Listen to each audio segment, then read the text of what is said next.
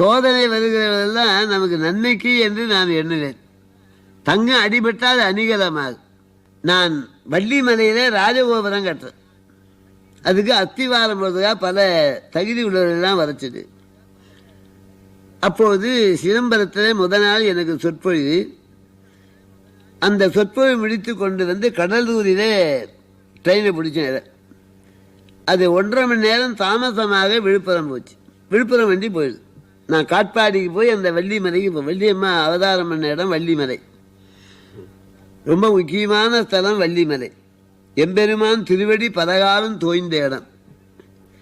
அப்போ இந்த வண்டி போகிறதுக்குள்ளாக அந்த வண்டி போயிடுது. எனக்கு சொல்ல முடியாத துன்பம்.